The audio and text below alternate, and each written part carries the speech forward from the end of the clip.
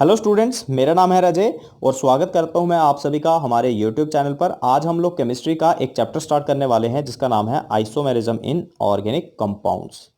तो ये organic chemistry का एक बहुत ही इंपॉर्टेंट चैप्टर है जहां से आपके एकेडमिक्स में या फिर आपके एंट्रेंस एग्जामिनेशंस में क्वेश्चंस हमेशा पूछे जाते हैं। तो इस चैप्टर को हम लोग काफ़ी एक सिंपलर वे में पढ़ने वाले हैं ताकि आपके जो कॉन्सेप्ट हैं वो क्रिस्टल क्लियर हो जाएं। तो जल्दी से स्टार्ट करते हैं आज का हमारा लेक्चर। उससे पहले आपसे एक रिक्वेस्ट है कि अगर आप लोग चैनल पे नए हैं तो प्लीज़ चैनल को सब्सक्राइब कर लो और बेल आइकन को दबा दो ताकि आने वाली वीडियोस भी जो है वो आप तक पहुंचे। तो चलिए स्टार्ट करते हैं आइसोमेरिज्म इन ऑर्गेनिक कंपाउंड्स। तो सबसे पहले हम लोग देखेंगे कि एक आइसोमर क्या होता है। तो देखो, आइसोमर जो है वो बेसिकली टू वर्ड से मिला करके बना हुआ है। फर्स्ट है आइसो, जिसका मीनिंग होता है इक्वल। उसके बाद है मर, जो जिसका मीनिंग होता है पार्ट, यानी कि कोई भी एक ऐसी चीज़ जिसके अगर इक्वल पार्ट्स हैं तो उसको हम लोग आइसोमर कह सकते हैं। ठीक है, तो अगर हम लोग केमिस्ट्री की लैंग्वेज में बोलें तो क्या है, two or more compounds, different compounds having same molecular formula but differ in any one of the physical or chemical properties are called isomers. इस चीज़ का मीनिंग क्या हुआ कि हमारे पास क्या है, दो या दो से कोई भी ज़्यादा कंपाउंड्स है जिनका मॉलिक्यूलर फॉर्मूला सेम है। ठीक है, तो मॉलिक्यूलर फॉर्मूला भी आप लोग जानते होंगे। तो मॉलिक्यूलर फॉर्मूला सेम होगा लेकिन उनके अंदर डिफरेंस कहाँ आएगा कि उनकी या तो कोई एक फिजिकल या फिर एक केमिकल प्रॉपर्टी जो है वो अलग होगी, जिसकी वजह से वो दोनों जो है वो डिफरेंट कंपाउंड्स होंगे। लेकिन कंडीशन यही है कि उनका मॉलिक्यूलर फॉर्मूला सेम होना चाहिए। तो अब जो हमारे पास ये पूरा फेनोमेना होता है उसको हम लोग आइसोमेरिज्म कहते हैं।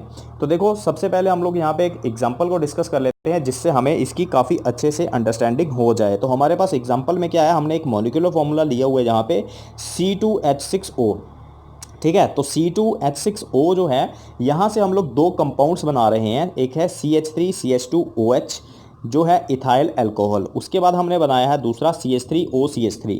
तो ये है हमारे पास डाई मिथाइल ईथर। तो अब ये जो है हमारे पास एक अल्कोहल है और ये जो है एक ईथर है। तो इसका मतलब ये हुआ कि ये दोनों अलग अलग कंपाउंड्स हैं। ठीक है ना, क्योंकि अल्कोहल्स जो है वो ऑर्गेनिक कंपाउंड्स की एक अलग क्लास है और जो इथर्स है वो ऑर्गेनिक कंपाउंड्स की एक अलग क्लास है। लेकिन इन दोनों का मॉलिक्यूलर फॉर्मूला सेम है, लेकिन यहाँ पे इनकी प्रॉपर्टीज जो है, बेसिकली केमिकल प्रॉपर्टीज जो है वो अलग अलग हैं। तो इसका मतलब है जो हमारे पास कंपाउंड ए यानी कि अल्कोहल है और जो कंपाउंड बी जो एक ईथर है, ये दोनों के दोनों आपस में आइसोमर हैं क्योंकि इनका मॉलिक्यूलर फॉर्मूला सेम है और इनकी केमिकल या फिर फिजिकल प्रॉपर्टीज जो है वो आपस में डिफरेंट हैं। तो इसलिए यहाँ पे मैंने लिखा है A and B both are isomers because both have same molecular formula but different chemical properties. तो आई होप स्टूडेंट्स कि आपको ये क्लियर हुआ होगा कि आइसोमर्स क्या होते हैं। तो नेक्स्ट हम लोग देखते रहते हैं इनकी प्रॉपर्टीज या फिर इनकी कैरेक्टरिस्टिक्स। बेसिकली अगर मैं बोलूँ तो ये क्या होती हैं, तो कैरेक्टरिस्टिक्स में सबसे पहले हमारे पास कि इनका मॉलिक्यूलर फॉर्मूला सेम होता है, ये अभी मैंने आपको बताया। फिर अगर मॉलिक्यूलर फॉर्मूला सेम है तो इनका मॉलिक्यूलर मास भी सेम होगा। ठीक है, तो ये सेकंड है हमारे पास कैरेक्टरिस्टिक, मॉलिक्यूलर फॉर्मूला सेम है। उसके बाद अगर हम लोग बात करते हैं general molecular formula in terms of N. ठीक है, तो एन की टर्म्स में हम लोग इनका जर्नल मॉलिक्यूलर फॉर्मूला निकालते हैं तो वो भी इनका सेम होगा। उसके बाद इंपेरिकल फॉर्मूला, जिसको आप लोग कहते हैं ना सिंपलेस्ट रेशो होती है जो एटम्स की एक किसी कंपाउंड के अंदर, है ना। कोई एक आपके पास अगर कंपाउंड है तो उसके अंदर जितने भी एटम्स हैं उनकी जो एक सिंपलेस्ट रेशो जो है उसको इंपेरिकल फॉर्मूला बोला जाता है। तो वो भी सेम होगा। अगर मॉलिक्यूलर फॉर्मूला सेम था तो मॉलिक्यूलर मास भी सेम है, तो सेम ऐसे ही इंपेरिकल फॉर्मूला सेम है तो इंपेरिकल मास भी सेम होगा। उसके बाद वेपर डेंसिटी होती है, ये भी सेम होती है। और लास्ट में हमारे पास क्या है, जहाँ से हमारा मेन डिफरेंस आता है कि इनकी कोई एक फिजिकल या फिर एक केमिकल प्रॉपर्टी जो है वो आपस में डिफर करती है, जिसकी वजह से ये हमारे पास आइसोमर्स कहलाएंगे। तो नेक्स्ट हम लोग चलते हैं, हमारे पास आता है क्लासिफिकेशन, आइसोमर्स की क्लासिफिकेशन। तो हमारे पास जो आइसोमर्स हैं ये होते हैं टू टाइप्स के। फर्स्ट है हमारे पास स्ट्रक्चरल आइसोमर्स, उसके बाद है स्टीरियो आइसोमर्स। जो स्ट्रक्चरल आइसोमर्स होते हैं उनको कॉन्स्टिट्यूशनल आइसोमर्स भी कहा जाता है और जो स्टीरियो आइसोमर्स हैं उनको स्पेस आइसोमर या फिर कॉन्फिगरेशनल आइसोमर्स बोला जाता है। उसके बाद नेक्स्ट आता है हमारे पास कि जो स्ट्रक्चरल आइसोमर्स हैं वो आगे फर्दर होते हैं हमारे पास 5 टाइप्स के। Chain isomers, position isomers, functional isomers, ring chain isomers, metamers, उसके बाद टॉटोमर्स। फिर हमारे पास जो स्टीरियो आइसोमर्स है वो दो टाइप का है। फर्स्ट है हमारे पास कॉन्फ़िगरेशनल और फिर है कॉन्फॉर्मेशनल। अब जो हमारे पास कॉन्फ़िगरेशनल है ये फर्दर ज्योमेट्रिकल आइसोमर जिसके अंदर आता है हमारे पास सिस और ट्रांस। उसके बाद हमारे पास ऑप्टिकल आइसोमरिज्म जिसके अंदर आप लोग क्या करते हैं कि एक कंपाउंड में से प्लेन पोलराइज्ड लाइट को आप लोग पास करते हैं और उसका बिहेवियर देखते हैं कि क्या उसने लेफ्ट में या फिर राइट में उसको किस डायरेक्शन में रोटेट किया या फिर नहीं किया। तो उस बेस पे आप लोग बताते हैं कि आपका कंपाउंड ऑप्टिकली एक्टिव है या फिर नहीं है, या फिर उसमें आप लोग बताते हैं कि कंपाउंड आपका डेक्स्ट्रो रोटेटरी था या फिर लिवो रोटेटरी था। तो इन सभी को हम लोग वन बाय वन आगे डिस्कस करने वाले हैं। तो चलिए देखते हैं। सबसे पहले आपके स्ट्रक्चरल या फिर कॉन्स्टिट्यूशनल आइसोमर्स यानी कि आइसोमेरिज्म क्या होता है। तो क्या होता है हमारे पास दोस आइसोमर्स इन विच स्ट्रक्चर और arrangement of atoms with in the compound is different. ठीक है कि आपके पास एक कंपाउंड है उसका स्ट्रक्चर जो है वो अलग अलग होगा, यानी कि जो दो आइसोमर है उनका स्ट्रक्चर आपस में डिफर करेगा, यानी कि अरेंजमेंट ऑफ एटम्स या फिर आप लोग बोलें कि उनकी जो कनेक्टिविटी है एटम्स की वो आपस में डिफर करेगी। तो जो स्ट्रक्चरल आइसोमर है ये पीछे अभी हमने बोला कि हमारे पास 6 टाइप का होता है, चेन आइसोमेरिज्म या chain isomers, position isomerism, functional group isomerism, ring chain isomerism, metamerism और टॉटोमेरिज्म। तो अभी हम लोग एक एक करको विद एग्जांपल्स जो है वो इसको डिस्कस करने वाले हैं। तो सबसे पहले हमारे पास आता है चेन आइसोमेरिज्म। तो अब देखो चेन आइसोमेरिज्म जैसे नाम से ही हमें बता रहा है कि इसमें नंबर ऑफ जो कार्बन एटम्स होंगे ये कुछ इसमें वेरी करेंगे। तो सबसे पहले हमारे पास देखो क्या है इसकी definition, those structural isomerism isomers in which the number of carbon atoms in parent chain vary are termed as chain isomers. यानी कि हमारे पास क्या है कि एक पेरेंट कार्बन चेन होगी, तो अब जो दो आइसोमर हैं उनकी जो पेरेंट कार्बन चेन है वो आपस में वेरी करेगी। यानी कि अगर एक में हमारे पास 4 हैं तो दूसरे में हो सकता है 5 हैं, यानी कि एक में अगर हो सकता है 6 हैं तो किसी में हो सकता है 7 हो या 8 हो, इस टाइप से होगा। तो एग्जांपल देख लेते हैं हम लोग।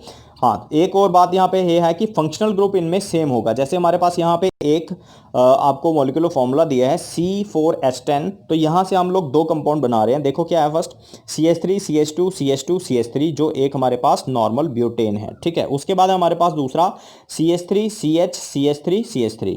ठीक है, तो अब इसके अंदर क्या है, देखो दोनों के अंदर क्या है, नंबर ऑफ कार्बन एटम्स कितने हैं, 4 हैं। उसके अंदर भी 4 हैं, ए के अंदर और बी के अंदर भी 4 हैं। लेकिन दोनों में फर्क क्या है कि जो पेरेंट कार्बन चेन होती है, आप लोगों को पता होगा, आपने नॉमेनक्लेचर में ये पढ़ा होगा कि पेरेंट कार्बन चेन आप लोग कैसे सेलेक्ट करते हैं। तो यहां से हम लोग एक स्ट्रेट लाइन यहां से आपकी जो कार्बन चेन है उसको सेलेक्ट कर रहे हैं यहाँ पे 1 2 3, यानी कि इसके अंदर बी के अंदर जो है 3 कार्बन है और जो हमारे पास ए है उसके अंदर 4 कार्बन हैं। तो इसका मतलब यहाँ पे 3 है और यहाँ पे 4 है। ठीक है ना, तो ये कार्बन चेन जो है वो वेरी कर रही है, पेरेंट कार्बन चेन वेरी कर रही है, ए में 4 की है और बी में 3 की है।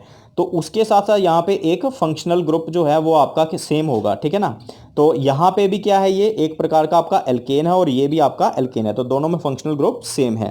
तो इसीलिए ये दोनों आपस में क्या होंगे, चेन आइसोमर्स होंगे। हमारे पास जो ब्यूटेन या फिर 2 मिथाइल प्रोपेन जो है ये आपस में क्या है, ये हमारे चेन आइसोमर्स हैं। क्यों हैं वो देख लो, A and both are chain isomers as there are different number of carbon atoms in parent chain. ठीक है ना, कि जो हमारी पेरेंट चेन हम लोगों ने सेलेक्ट की है इसमें उसके अंदर अलग अलग कार्बन एटम्स हैं। तो नेक्स्ट देखते हैं, हमारे पास आता है पोजीशन आइसोमेरिज्म। अब पोजीशन आइसोमेरिज्म भी ये बता रहा है कि एक ये पोजीशन को रिलेटेड है। तो इसमें क्या होगा, ऐसे isomers in which position of functional group, side chain, multiple bond, यानी कि इसमें 3 चीज़ें हैं, या तो फिर आपका जो फंक्शनल ग्रुप है उसकी पोजीशन, या फिर साइड चेन की पोजीशन, या फिर मल्टीपल जो बॉन्ड होता है आपका उसकी पोजीशन जो है वो वेरी करेगी ऑन द सिमिलर और द आइडेंटिकल पेरेंट चेन। यानी कि एक सिमिलर या फिर आइडेंटिकल आपके पास एक चेन आपने सेलेक्ट कर ली, उसके ऊपर आप लोग देखेंगे कि आपका जो फंक्शनल ग्रुप है या साइड चेन है या फिर मल्टीपल बॉन्ड है वो वेरी कर रही है या नहीं कर रही है। तो एग्जाम्पल्स आप लोग देख लो यहाँ पे। तो सबसे पहले आप लोगों ने क्या करना है, पेरेंट चेन देखनी है, वो इक्वल लेंथ की होनी चाहिए। दूसरा नंबर, आपका जो फंक्शनल ग्रुप है वो भी सेम होना चाहिए। तो यहाँ पे देखो मैंने एग्जांपल दे रखी है आपको, हमारे पास यहाँ पे एक CH3 CH2 CH2OH जो एक क्या है, प्रोपेनॉल है। ठीक है, उसके बाद हमारे पास CH3 CH CH3 और CH के ऊपर एक क्या लगा है, OH ग्रुप लगा है। तो ये कंपाउंड जो है हमारा 2 प्रोपेनॉल है। तो अब देखो इसमें नंबर ऑफ कार्बन एटम्स क्या है, सेम है, इसके अंदर भी 3 है और इसके अंदर भी 3 है। ठीक है ना, तो अब यहाँ पे जो हमारा फंक्शनल ग्रुप है यहाँ पे लगा हुआ है फर्स्ट कार्बन के ऊपर, लेकिन यहाँ पे लगा हुआ है ये सेकंड कार्बन के ऊपर। ठीक है, लेकिन है फंक्शनल ग्रुप सेम है। तो इसका मतलब यहाँ पे फंक्शनल ग्रुप का जो पोजीशन है वो वेरी कर रहा है, ए में फर्स्ट पे है और बी में 2 पे है, तो इसका मतलब ये आपस में क्या हुए, पोजीशन आइसोमर्स हुए। तो नेक्स्ट चलते हैं। नेक्स्ट आता है हमारे पास functional group isomerism. Functional group यानी कि ये फंक्शनल ग्रुप के साथ रिलेटेड है। तो इसमें क्या है, देखो, those isomers which have different functional group in them are related as functional group isomers. यानी कि आपके पास दो आइसोमर्स हैं जिनका मॉलिक्यूलर फॉर्मूला सेम है, लेकिन उनके अंदर क्या है, फंक्शनल ग्रुप्स जो है वो डिफरेंट हैं। तो एग्जांपल के लिए यहाँ पे मैंने अलग अलग एग्जांपल्स ली हैं। जैसे आपके पास C2H3N का एक मॉलिक्यूलर फॉर्मूला है जिससे हमने दो कंपाउंड्स बनाए। पहला है हमारे पास मिथाइल साइनाइड और दूसरा है हमारे पास मिथाइल आइसोसाइनाइड। तो देखो, अगर आप लोग इनके मॉलिक्यूलर फॉर्मूला को काउंट करते हो तो वो सेम होगा, लेकिन ये हमारे पास क्या है, अलग अलग फंक्शनल ग्रुप हैं। साइनाइड एक अलग फंक्शनल ग्रुप होता है और जो आइसोसाइनाइड है वो एक अलग है। तो इसलिए ये दोनों के दोनों क्या हैं, फंक्शनल ग्रुप आइसोमर्स हैं। उसके बाद हमारे पास दूसरी एग्जांपल है C2H6O की। तो इससे भी हमने दो कंपाउंड्स बनाए हैं, एक है इथाइल अल्कोहल और दूसरा है डाई मिथाइल ईथर। तो इन दोनों के अंदर भी क्या है, इनका हम लोगों ने ये पहले भी डिस्कस किया कि इनका जो मॉलिक्यूलर फॉर्मूला है वो सेम है, लेकिन ये क्या है, एक अलग फंक्शनल ग्रुप है और ये वाला एक अलग फंक्शनल ग्रुप है। तो इसका मतलब क्या होगा कि दोनों के दोनों फंक्शनल ग्रुप आइसोमर्स हैं। उसके बाद एग्जांपल आती है हमारे पास अमीन्स की, प्राइमरी अमीन्स, सेकेंडरी अमीन्स और टर्शरी अमीन्स। तो इन तीनों के अंदर भी आप लोग देख सकते हैं कि ये जो तीनों की तीनों अमीन्स हैं इनको हम लोग ट्रीट कर सकते हैं as a different functional groups. तो जिसकी वजह से जो है यहाँ पे क्या हो रहा है, इनका जो प्राइमरी अमीन है या सेकेंडरी अमीन है या फिर टर्शरी अमीन है, तो इनको जो है हम लोग सेपरेट जो है, यानी कि एक अलग फंक्शनल ग्रुप के तौर के ऊपर इनको ट्रीट करेंगे। तो जिसकी वजह से ये क्या करेंगे, एक्ट करेंगे डिफरेंट फंक्शनल ग्रुप्स। तो उस वजह से क्या होंगे, आपस में फंक्शनल ग्रुप आइसोमर्स होंगे। तो नेक्स्ट चलते हैं, हमारे पास आता है रिंग चेन आइसोमर्स। तो अब इसमें क्या है कि रिंग चेन आइसोमर्स में क्या होगा, एक आइसोमर हमारा रिंग की फॉर्म में होगा, दूसरा चेन की फॉर्म में होगा, और दोनों में फर्क यही है, लेकिन आपस में उनका मॉलिक्यूलर फॉर्मूला सेम रहेगा। तो देखो क्या है, those isomers having same molecular formula but one open chain isomer and other is cyclic isomer. ठीक है, तो वो आपस में कैसे रिलेट करेंगे, रिंग चेन आइसोमर। तो जैसे यहाँ पे एग्जांपल के लिए हमारे पास C3H6 है, तो इसको अगर हम लोग ओपन चेन में रखें तो हमारे पास बनता है CH2 डबल बॉन्ड CH3। ठीक है, अगर इसको हम लोग साइक्लिक फॉर्म में ले जाएं तो ये हमारे पास इस प्रकार से साइक्लोप्रोपेन बनता है। ठीक है ना, तो साइक्लोप्रोपेन। तो अब ये दोनों क्या है, एक ओपन चेन स्ट्रक्चर है, एक साइक्लिक स्ट्रक्चर है। तो इसका मतलब दोनों का मॉलिक्यूलर फॉर्मूला सेम है, लेकिन एक ओपन चेन है, एक साइक्लिक है। तो इसका मतलब ये कैसे हो गए, रिंग चेन आइसोमर्स हो गए। ठीक है, तो ये थी हमारे पास रिंग चेन आइसोमर्स की एग्जांपल। तो उसके बाद एक और एग्जांपल मैंने यहाँ पे दे रखी है आपको, CH2 double bond CH, CH double bond CH2। उसके बाद एक है साइक्लो, ये आपका है ब्यूटीन। ठीक है ना, साइक्लोब्यूटीन है। तो इनके अंदर भी आप लोग देख सकते हैं कि एक जो है वो आपका ओपन चेन स्ट्रक्चर है, यानी कि आपका, और दूसरा जो है वो साइक्लिक यानी कि क्लोज्ड है। तो ये भी दोनों आपस में कैसे रिलेट करेंगे, रिंग चेन आइसोमर्स। नेक्स्ट चलते हैं, हमारे पास आता है मेटामरिज्म या फिर मेटामर्स।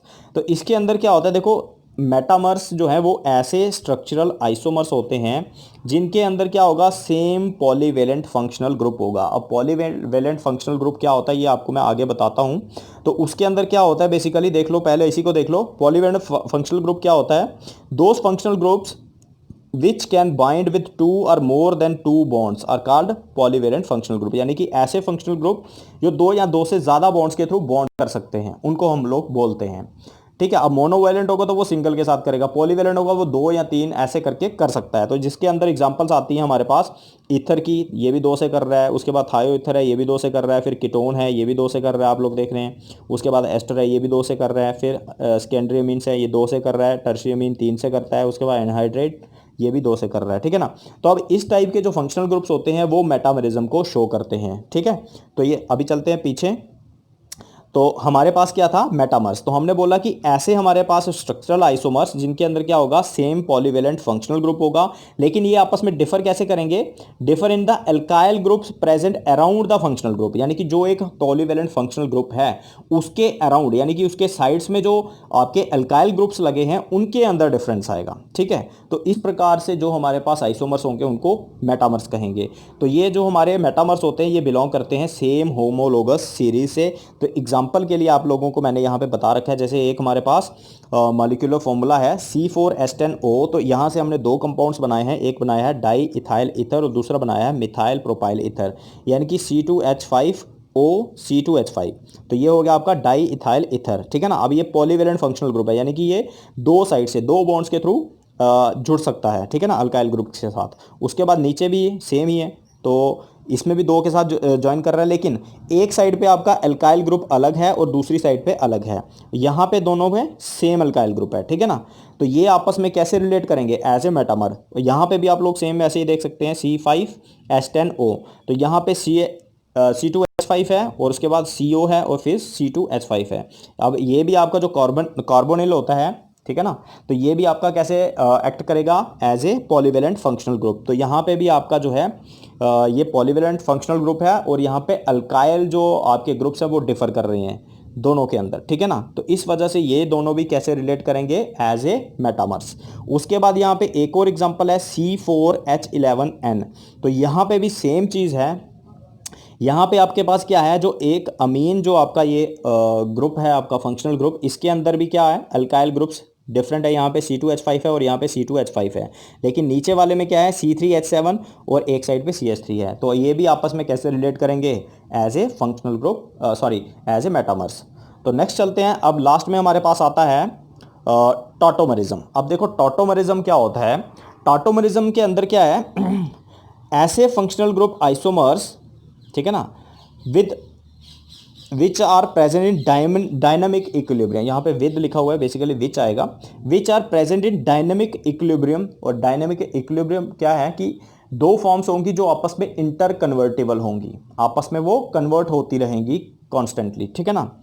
तो ऐसे कोई भी फंक्शनल ग्रुप आइसोमर्स जो आपस में डायनामिक इक्विलिब्रियम में प्रेजेंट है, और उनको हम लोग क्या बोलेंगे, टॉटोमर्स बोलेंगे, और जो फेनोमेना होगा उसको टॉटोमरिज्म बोलेंगे। तो एग्जांपल के लिए हम लोगों ने यहाँ पे एक एसीटोन का मॉलिक्यूल लिया हुआ है। अब देखो एसीटोन के अंदर क्या है, यहाँ पे हमारा जो एक CH3 ग्रुप था, यानी कि जो हमारा ये जो एक कार्बोनिल ग्रुप है, इसके साथ वाला जो कार्बन है उसके ऊपर जो एक अटैच्ड हाइड्रोजन है, इसको एसिडिक हाइड्रोजन बोला जाता है। तो इस हाइड्रोजन को जो है हमारा बेस जो है वो ईजिली एक्सट्रैक्ट कर सकता है। तो उस वजह से क्या होगा, ये वाला बॉन्ड यहाँ मूव करेगा और उसके बाद जो ऑक्सीजन के ऊपर जो डबल बॉन्ड है वो मूव करके ऑक्सीजन के ऊपर जाएगा एज ए नेगेटिव चार्ज। तो यहाँ से इसका H निकलेगा और ये जाएगा O के पास। तो ये हमारे पास कुछ इस प्रकार से यहाँ पे ये फॉर्म बनेगी, जिसको हम लोग नाम दे सकते हैं इसका, ये है हमारे पास प्रोप-इन-टू-ओल। तो अब देखो ये वाली जो फॉर्म थी इसको हम लोग बोलते हैं कीटो फॉर्म, यानी कि ये कीटोनिक ग्रुप है तो इसके अंदर कीटो फॉर्म है। उसके बाद यहाँ पे आ गया इन, ठीक है ना, डबल बॉन्ड हो गए तो ये हो गया हमारे पास इनोल फॉर्म। तो ये दोनों जो फॉर्म्स होगी कीटो और इनोल फॉर्म आपस में डायनेमिक इक्विलिब्रियम में होगी और ये आपस में इंटर कन्वर्टिबल हो रही होंगी। तो अभी हमारे पास यहाँ पे आता है रिक्वायरमेंट्स फॉर टॉटोमरिज्म। तो इसके लिए दो इंपॉर्टेंट रिक्वायरमेंट हैं। पहली है कि कंपाउंड के पास क्या होना चाहिए, एक इलेक्ट्रोनेगेटिव एटम होना चाहिए जो मल्टीपल बॉन्ड्स के साथ जुड़ा हुआ हो। जैसे हमारे पास यहाँ पे कार्बोनिल है, इसके अंदर कार्बन है और कार्बन जो है वो उसके अंदर कार्बोनिल के अंदर क्या है, बेसिकली ऑक्सीजन है जो डबल बॉन्ड के साथ जुड़ा हुआ है, ठीक है। उसके बाद सेकंड कंडीशन है कि कंपाउंड के पास क्या होना चाहिए कि एटलीस्ट एक एसिडिक हाइड्रोजन होना चाहिए, जो मैंने अभी आपको यहाँ बताया, present on the alpha carbon of the molecule, ठीक है गाइस। आई होप आप लोगों को ये अभी तक यहाँ पे समझ आया होगा। अगर नहीं आया है तो जो भी आपको डाउट है आप नीचे कमेंट सेक्शन में लिख सकते हैं मुझे। और नेक्स्ट वीडियो में हम लोग जो है इनकी एग्जांपल्स करेंगे, कि जो यहाँ पे मैंने आपको सिर्फ एक एक एग्जांपल बताई है, बाकी जो है हम लोग काफ़ी डिटेल में इनकी एग्जांपल्स करेंगे। तो मिलते हैं नेक्स्ट वीडियो में, तब तक के लिए बाय।